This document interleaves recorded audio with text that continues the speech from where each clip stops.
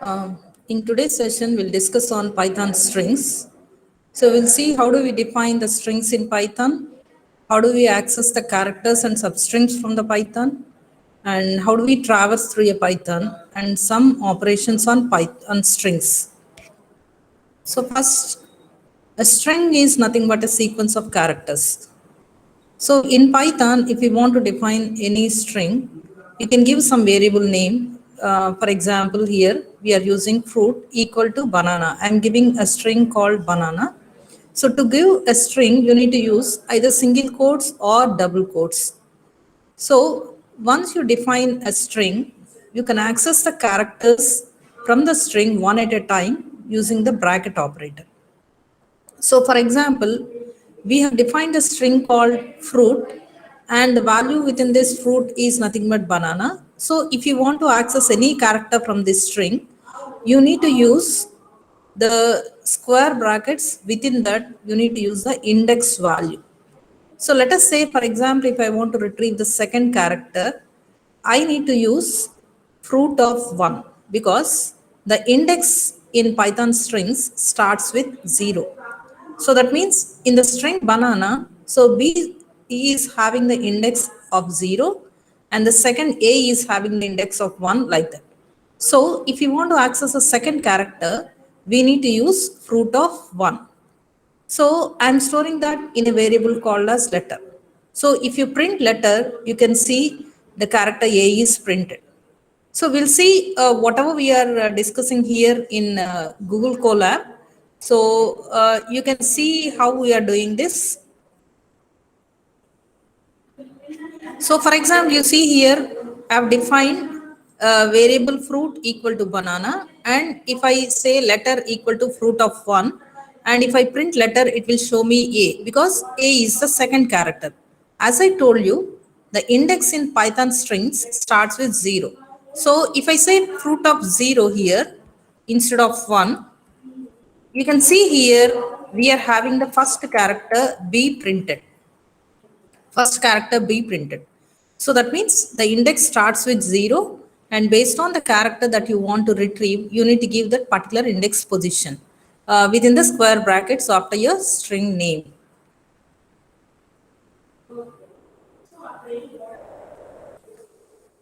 So instead of giving directly as a number, you can also use an expression as an index. But remember, the value of the expression should always be an integer only. So if we give index which is not an integer, it will give us the error. Suppose if I say fruit of 1.5, it will give me the error. So I need to use only the integer numbers as the indices. And I can also use some expression as the index. We'll see that. So for example, if I say fruit of, for example, 5 minus 3. So 5 minus 3 will be 2. That means it will retrieve fruit of 2. Let us see the output now. So it is giving n. Why? Because 0, 1 and 2. Second character, so that is the character in the second index position is n. So likewise, you can give an expression as an index or some integer. And if you give any one which is not an integer, for example, if you give 1.5 here as an index, it will give us the error. So it will give us the error. It says string indices must be integers only. So we can also find the length of a string using the len function. So len function is a built-in function which returns the number of characters in a string. So the length of the string is nothing but number of characters in the string. So suppose if I say fruit equal to banana and if I find the len of fruit, it gives me 6 because I have 6 characters here. And in the previous example, we have seen how do we access any character from a string. So now we'll see if you want to access the last letter of your string. So either you can use the index directly based on the length of your string, or else you can also use an expression like -1. So let us see this. So for example, if I have, so length is equal to, I'm defining length equal to len of fruit. For example, if our fruit is banana, and if we say length equal to len of fruit, it will give us 6 because we have 6 characters there. And if I say last is equal to fruit of length minus 1, why? Because last index always will be length minus 1 because our index is starting with 0. Last character index will be length minus 1, and if you print last, it gives a. Instead of using this, that means here you need to find the length using len function, you need to give length minus 1. Or else directly also you can say the index. For example, if you know the index is 6, so you can say fruit of 5. That is also possible. Or else if you want to directly retrieve the last character, you can also use the negative index. So for example, if you say fruit of minus 1, it gives you the last letter. So, and fruit of minus 2 will give you the second letter from the last, and so on. So for example, we'll see all these 3 options here. So for example, if you say fruit of, for example, because you know the length of the string is 6, you can directly say fruit of 5. Then it gives you the last character, that is the A. Instead, you can also find, so for example, length is equal to len of fruit I am saying. So it gives me the length of the fruit. Then I can find length minus 1 also gives me the same value A, or instead I can also use fruit of the negative index directly, that is minus 1. So if I say fruit of minus 1 also, it gives me the last letter. And if I say fruit of minus 2, suppose, it gives me the last but one character. So it gives me the last but one character. So I can use the index in any way. Either I can count the number of characters and I can say the length minus 1. I can use a length function length minus 1, or I can count the number of characters and I can say number of characters minus 1 as the directly index. Or else I can also use a negative index to get the last character of my string. So for example, in some of the programs, you may need to find the last character. You may be asked to print the last character or last one button character, something like this. Directly you can use a negative index like this. And so far we have seen how do we retrieve a single character from the string. Now we are going to see how do we get a substring from the string. So this is called as the string slicing. So a string slicing is nothing but it is a segment of the string. So a slice is nothing but a segment of the string. So selecting a slice is similar to selecting a character. That means how we have selected a character so far. In the same way, we can also select a slice. So if you want to select a slice, how do we give the index values within the square brackets? Always remember, so you need to mention the string name, and within the square brackets, you need to mention the index. So here for slice, because it is a substring, so you need to mention the starting index and ending index. So based on which part of the string you want to retrieve, you need to specify n colon m. That means nth character and mth character you need to mention, but it will retrieve the characters starting from the nth position to the mth position minus 1. That means it includes the first index value but excludes the last index value. So last index minus 1. Up to last index minus 1 only it will retrieve. So for example, if s is equal to some string Monty Python, and if I say print s of 0 to 5, it prints the first 5 characters. So that means because the index starts with 0, 0, 1, 2, 3, 4. So that means 0, 1, 2, 3, 4. So that means up to 4th index position it will retrieve. That means 5 characters. Let us see here.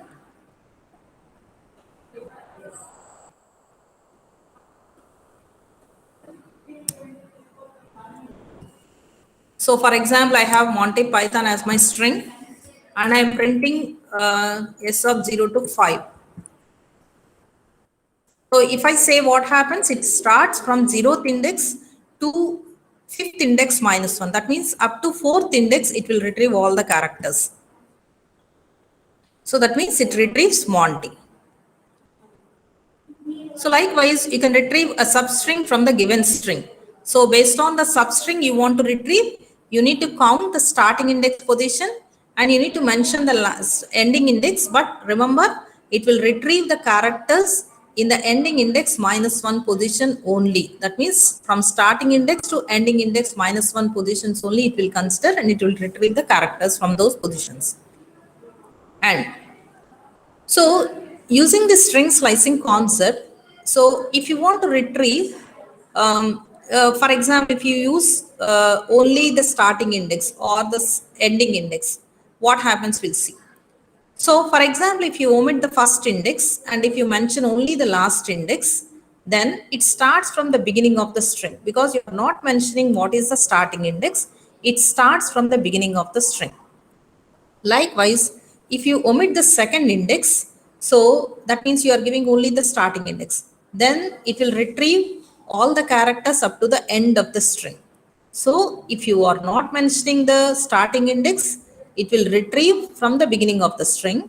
And if you are not mentioning the ending index, it will retrieve up to the end of the string from the index that you have given.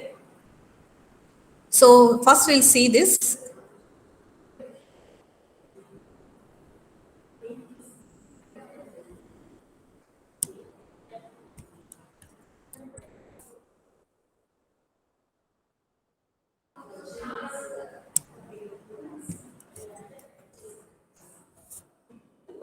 So here I am not mentioning the starting index.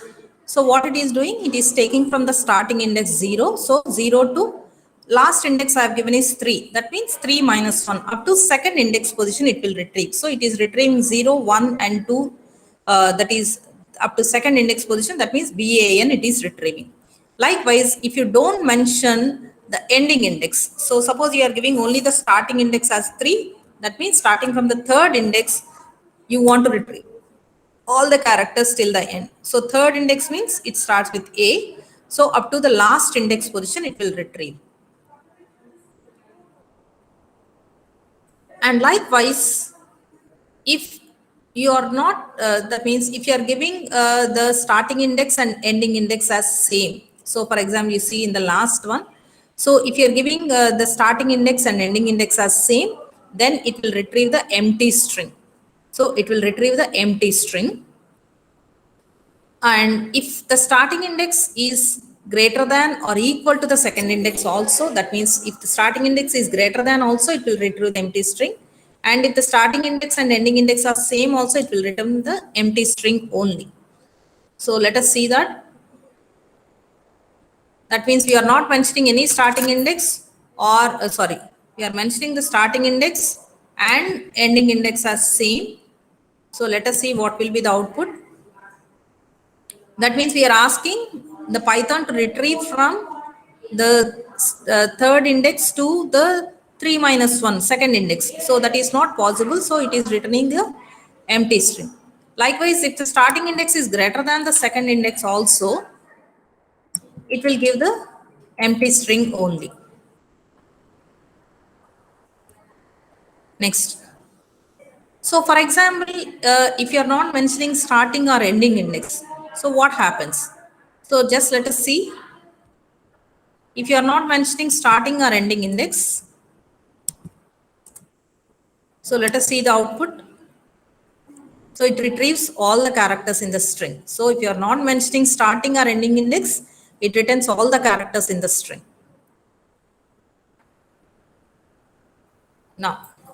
Now just now we have seen how do we retrieve the characters from the string by specifying the index position.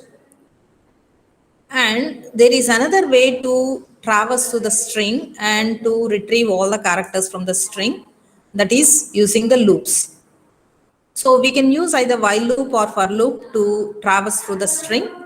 So for example, you see this example, I am mentioning I is equal to 0 for my index and while I less than len of fruit. So for example, you define a string fruit and you are taking a condition while I less than len of fruit, what we are doing, letter equal to fruit of I. That means whatever is the character that is there in the ith position. So we have initialized I with 0. So starting with fruit of 0, I am storing each character in letter. So then I am printing the letter, then I am incrementing my index. That means what I am doing here, I am initializing my index with 0 and I am retrieving character by character using the while loop. So at each time I am printing my letter. So just we'll see the output, what happens if we use the while loop.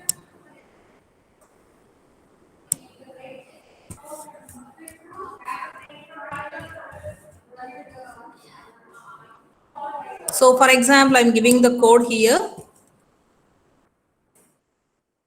So remember, in Python, the indentation is most important. For example, if I run this, what happens, we'll see now.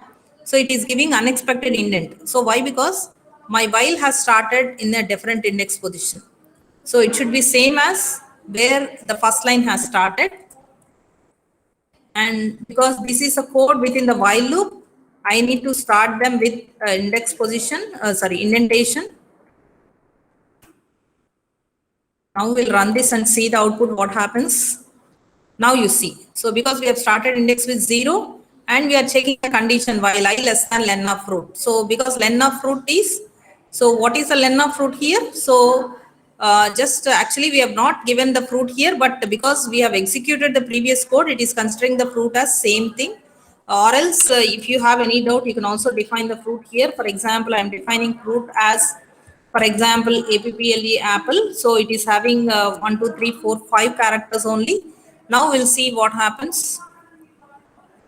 Now see, it is starting from the index I equal to 0 and it is printing each character one by one. So this is how you can retrieve the characters using the while loop by traversing through the loop. And we can also use a for loop to traverse through the string. So this is very easy. Just you need to mention the for loop like this. So for char in fruit, so this is a variable only. Char is a variable only. Likewise, previously I is also a variable. You can use any variable, whatever you want. Here also char is only a variable. For char in fruit, I am asking print char. So using for loop like this. So for char in fruit, that means for some variable in some string is fruit here. So for variable in fruit, it is printing each character one by one. So just let us see.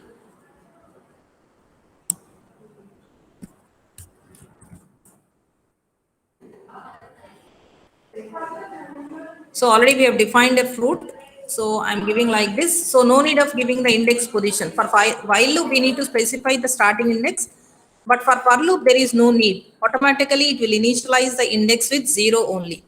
So that means I'm saying for char in fruit, print char. So it is printing one by one. So char is just a variable only. You see, I'm changing the variable name. So for I in fruit, I am asking to print I, for example.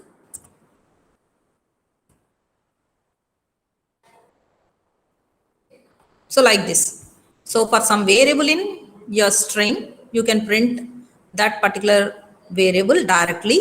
So automatically for loop index starts with 0 only. So that means index 0 to all the characters in the string, it will traverse and it will print one by one. So using for loop is very easy. You can just write in a single statement. So this is how you can access the characters or the substrings from your string.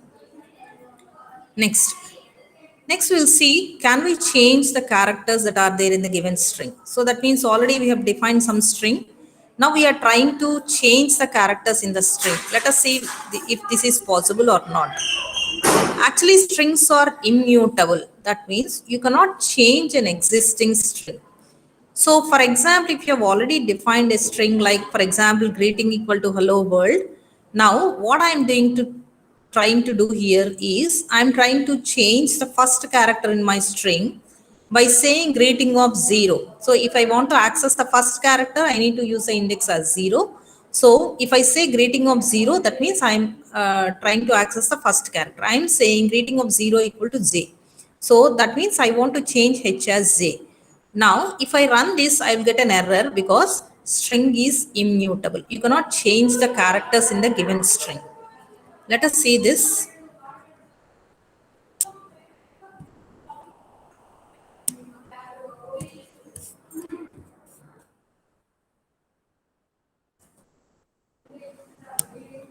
Now, I'm trying to change the characters in my string by giving it like this. Now you see, it is saying type error, str object does not support item assignment. That means you cannot assign any other character to the given string. That means you cannot change any character in the given string. So how do you do this? So if you want to change the characters in the string, how can you do this? We'll see there is an alternative way. So instead of directly assigning another character to your index position, so what we are doing here, I am defining a string greeting equal to hello world, and I cannot directly change the characters in the greeting, but I can create a new string like this. So new greeting equal to j plus greeting of 1 : that means, so the initial character I want to change. So I have taken j as my first character plus greeting of 1 : that means starting from the second character in my string I am taking. So and I am appending to the first j. So that means I am doing string concatenation. I am adding two strings. So initial character, because I want to change, I am taking this as j plus greeting of 1 : that means starting from the first index, all the remaining characters I am retrieving. And this entire thing I am storing in another string called as new greeting. So now if you print new greeting, it will show you the new string that you have required. So let us see this, whether it is possible to change the string in this way or not, just we'll see. So directly it is not possible, but I am doing it indirectly. So now you see the first character is changed. So first character is changed. If you want, you can assign this new greeting to greeting. So you can say greeting equal to new greeting after this, so that you can have, so after this, you can say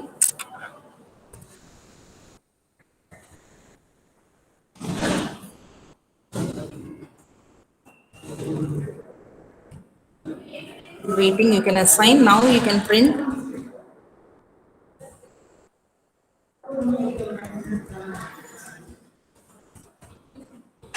Now you can print greeting now.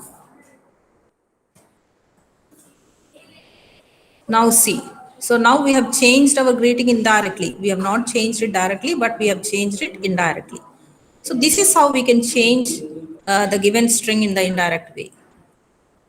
So I've taken another example. So if you want to change the entire substring world with or, so how do we do this? So first part as it is we require. So what we need to do now, just we'll see the code here.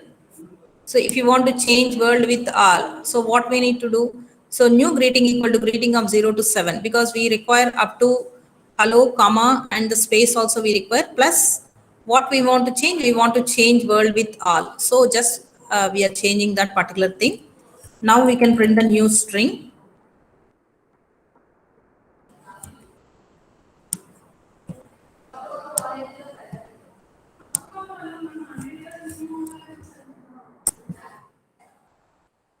Now you see.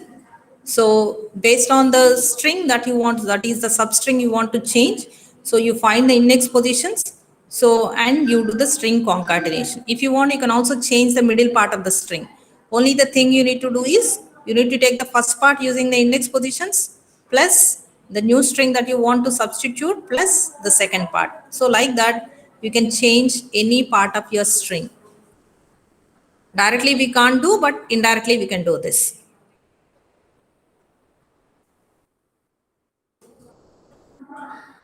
Next. Another thing is you can also count how many times a character has occurred in your given string. So for example, I want to find how many times A is there in the given string. For example, my word equal to banana, and I'm initializing count with 0, and I'm using the for loop. For letter in word, if I'm taking the variable as letter here, like how I have taken previously. For letter in word, if letter equal to A, so for letter in word means it will retrieve character by character from the given string.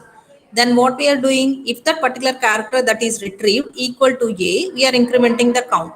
So we initializing count with 0, and we are retrieving character by character from the string using for loop.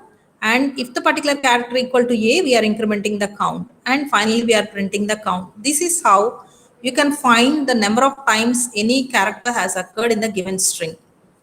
So just let us see the output now.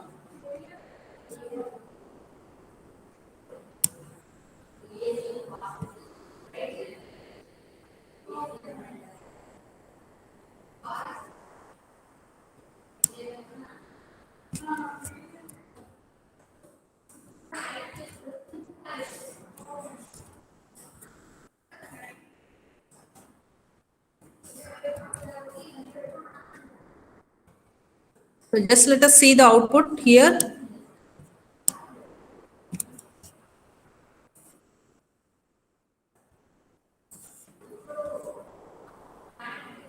So indentation is not correct, that is why it is giving the error. So within the for loop, so if is inside the for loop, so if letter equal to A, so this indentation, and finally we need to print. So you see. So after the end of the for loop, we need to print the count, because here I have given this. So that means it is also considering this print statement within the for loop. That is why every time after finding each character, it is printing. So where I should have at the end of the for loop, I need to print how many times that particular A occurred in the given string. So it is taking 3. So this is how you can find how many times a particular character occurred in the string. Next is the in operator. So which is used to find if any particular character is there in the string or not. If you want to see if a character is existing in the string or not, we can use the in operator. In operator gives a Boolean result. That means either true or false. So if the given character is there in the given string, then it returns true. Otherwise, it returns false. So let us see one example. So for example, if A is there in the banana or not, I want to check.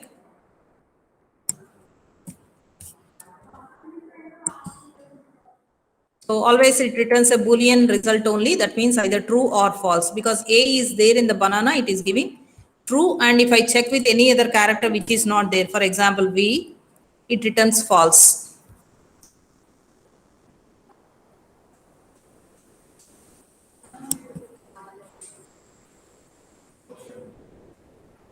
And then string comparison. So previously we have seen, we are checking if a particular character is there in the string or not. Now the next thing is, how do we compare two strings? So for example, if I want to check if the first string is equal to the second string, so I can do this using comparison operator. So remember, comparison operator is double equal to. So assignment is single equal to. That means if you are assigning any value to a variable, you are using only single equal to. And the condition, if you want to check a condition like comparison operator, you need to use double equal to. So for example, here you see this example. I want to check if two strings are equal. For example, I am assigning word equal to banana, and if word equal to banana, I want to print all right bananas, and if it is not, I want to print another thing. So let us see the output now. That means here what I am doing, I am comparing two strings are equal or not.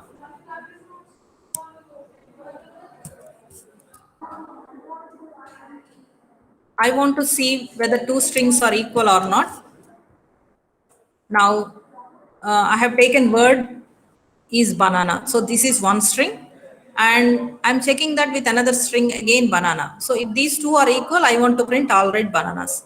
So we'll see what happens. So because both the strings are equal, it is printing all right bananas. And if I take any other string, so for example, instead of word is equal to banana, if I take apple. So this is another string. Now I am comparing.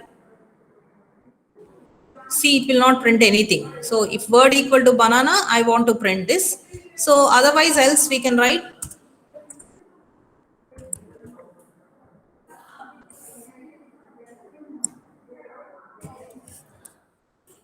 So if and else.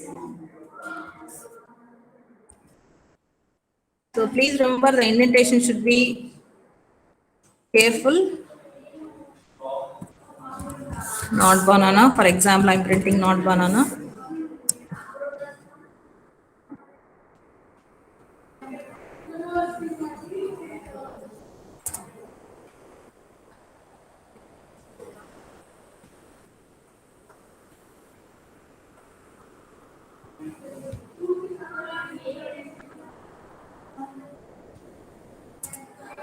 So indentation error.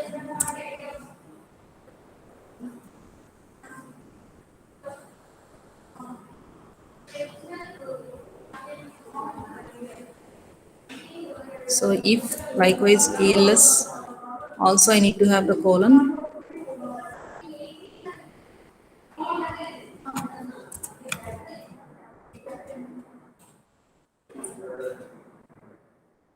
So you see. So else, if and else. So if I'm using else, so if after if condition also we need to have the colon, after else condition also we need to have the colon. So if word equal to banana, what I want to do, I want to print it is banana, all right, bananas. And if else, I want to print not banana. So likewise, you can check the conditions. And please remember, Python is case sensitive. So for example, if I am using banana here also, and see, I'm taking both the strings as same now. For example, you see here. So both are same. It is printing all right bananas. But if I take capital B here, so both are same. But what is the difference? My word is starting with capital B, but here what I'm checking is starting with small b. Now we'll see both. Now it is saying it is not banana because Python is case sensitive. So it will not match the lowercase and uppercase. So this is a simple discussion we have done on how do we define a Python string and how do we access the characters or substrings and how do we traverse through a string. Now in the next session, we'll see some of the methods on Python strings.